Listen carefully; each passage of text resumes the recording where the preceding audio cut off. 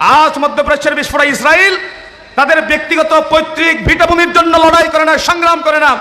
আজ ফিলিস্তিনের আবার বৃদ্ধ বনিতা সংগ্রাম করে যাচ্ছে।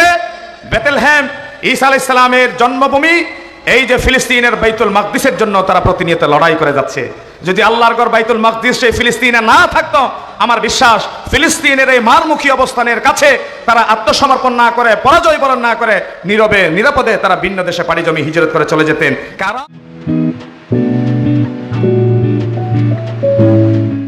শুধু বলে আলোচনা শেষ করতে চাই, বাইতুল শরফ এটা শুধু তরিকত নিয়ে কাজ করে না। বাইতুল শরফ হুজুর কেবলা সবসময় বলেন এটা বিধবাদের নিয়ে কাজ করে, এতিমদের নিয়ে কাজ করে, এটা বেকার যুবকদের নিয়ে কাজ করে। এবং বাইতুল শরফের কাজ করার প্রধানতম উপজীব্য বিষয় হচ্ছে মসজিদ। আমরা বলি মসজিদ কেন্দ্রিক আধ্যাত্মিকতা চর্চার গুরুত্বপূর্ণ ব্যাপার। এখন আমরা বলি মসজিদ তো দুই ধরনের মসজিদের ভিতরে একটা মসজিদ উসসিসা আলা তাকওয়া, আরেকটা মসজিদ হচ্ছে মসজিদের দেরা, যে মসজিদে যাওয়ার ক্ষেত্রে আল্লাহ তার রাসূলকে নিষেধ করে দিয়েছেন, না এই মসজিদে যাওয়া যাবে না। আর মসজিদে উসসিসা আলা তাকওয়া যে মসজিদ, সেই মসজিদের বেনা কারা দিতে পারে, সেই মসজিদের বেনা কার দ্বারাই হতে পারে। আল্লাহ কোরআনুল কারীমে বলেছেন ইন্নামা ইয়ামুরু মাসাজিদাল্লাহ, ইন্নামা ইয়ামুরু মাসাজিদাল্লাহ। এই যে জিকিরের তরিকতের আধ্যাত্মিকতার বিষয়ে আজকে আলোচনা করতে বললেন, আমি বিপাকে পড়ে যাই, গোলপাক খেয়ে ফেলি, আসলে কি কথা বলবো। চিন্তা করে দেখলাম বাইতুল শরফ কাজ করে মসজিদ কেন্দ্রিক, আর মসজিদকে বলি আমরা বাইতুল্লাহ, মসজিদকে বলি আল্লাহর ঘর। আজ মধ্যপ্রাচ্যের বিস্ফোরক ইসরায়েল তাদের ব্যক্তিগত পৈতৃক ভিটাভূমির জন্য লড়াই করে না, সংগ্রাম করে না। আজ ফিলিস্তিনের আবার বৃদ্ধ বনিতা সংগ্রাম করে যাচ্ছে। বেথলেহেম ঈসা আলাইহিস সালামের জন্মভূমি, এই যে ফিলিস্তিনের বাইতুল মাকদিসের জন্য তারা প্রতিনিয়ত লড়াই করে যাচ্ছে।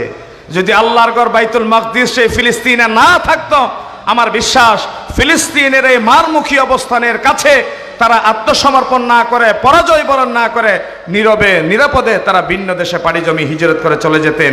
কারণ আল জিহাদু মাদিন ইলা ইয়াউমিল কিয়ামার পাশাপাশি কিয়ামত পর্যন্ত হিজরতের রাস্তাও আল্লাহ তাআলা খোলা রেখেছেন। তারা যাচ্ছে না একটা কারণে, ওখানে পৃথিবীর 3 নম্বর ফজিলতপূর্ণ মসজিদ মসজিদে আকসা উপস্থিত। মসজিদে আকসায় 1 রাকাত নামাজ পড়লে 25,000 রাকাত নামাজের ফজিলত। এই মসজিদে আকসার ফজিলত যেমন ফিলিস্তিনবাসীর জন্য, বাংলাদেশের 4 লক্ষ মসজিদের ভেতরে 750 অধিক প্রতিষ্ঠানের ব্যানার এই বাইতুল শরফ দরবার থেকে দেওয়া হয়েছে।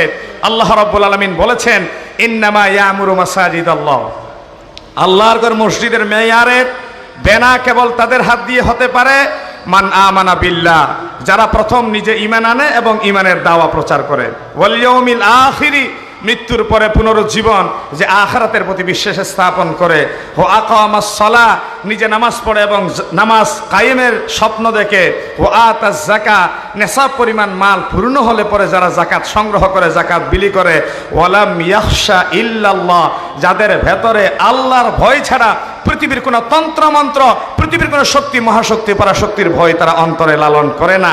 এই 5টা বৈশিষ্ট্যের পরে আল্লাহ রাব্বুল আলামিন বলেছেন ফাআসা উলাইকা আন ইয়াকুনু মিনাল মুহতাদিন, আশা করা যায় এই 5টি বৈশিষ্ট্য যাদের ভেতর আছে আল্লাহ তাআলা তাদেরকে হেদায়েত প্রাপ্তদের ভিতরে অন্তর্ভুক্ত করে দিবেন। সুবহানাল্লাহ বলেন না? তাহলে বাইতুল শরফের এই দরবার আধ্যাত্মিকতা চর্চা করে মসজিদকে ঘিরে, আর মসজিদ তারাই বিনির্মাণ করতে পারে আল্লাহর প্রতি যার বিশ্বাস আছে, পরকালের প্রতি ঈমান আছে, নামাজ কায়েম করে, যাকাত দেয়, আল্লাহ ছাড়া কাউকে ভয় করে না। আমার আল্লাহর স্বীকৃতি তাদের ভেতরে হেদায়েত আছে, তারা হেদায়েত প্রাপ্তদের ভিতরে অন্তর্ভুক্ত। আওয়াজ দিয়ে বলবেন কথাটা কার? বলেন না কথাটা কার?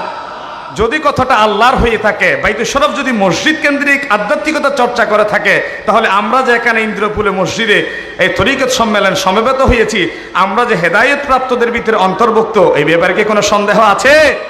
তাহলে ফাআসা উলাইকা আন ইয়াকুনু মিনাল মুহতাদিন, আমরা হেদায়েত প্রাপ্তদের ভিতরে অন্তর্ভুক্ত। আমরা চাই ইন্নামাল আমাল বিল খাওয়াতিম, যার শেষটা ঈমানের উপর হলো, শেষটা সুন্দর হলো, সে ব্যক্তি চূড়ান্ত কামিয়াব। আল্লাহ বাইতুল শরফের সাথে থেকে ঈমান, আধ্যাত্মিকতা, তাসাউফ চর্চার ভেতর দিয়ে আমৃত্যু ঈমান, ইসলাম চর্চা তোমার পথে থেকে তোমার হাবিবের আয়াত করে কবর জবর আল্লাহ তুমি তৌফিক দাও। সকলে বলি